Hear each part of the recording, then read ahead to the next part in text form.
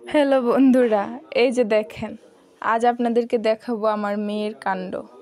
এখানে আমি তাকে পুতুল, টেডি বিড়াল, জুনজুনি, বল আরও কত খেলনা দিয়েছি, কিন্তু এগুলো তার কিচ্ছু ভালো লাগে না। তার ভালো লাগে আমার ব্রাশ। এই যে আমি এখানে তাকে বল দিচ্ছি, আম্মু তুমি বলটা নাও। আম্মু না, তার ভালো লাগে না আমার বলটা, তার ভালো লাগে না, তার ভালো লাগে ব্রাশ। আমার ব্রাশ, চিরুনি এগুলো দিয়ে সে খেলা করবে, তার খেলনা দিয়ে খেলতে ভালো লাগে না।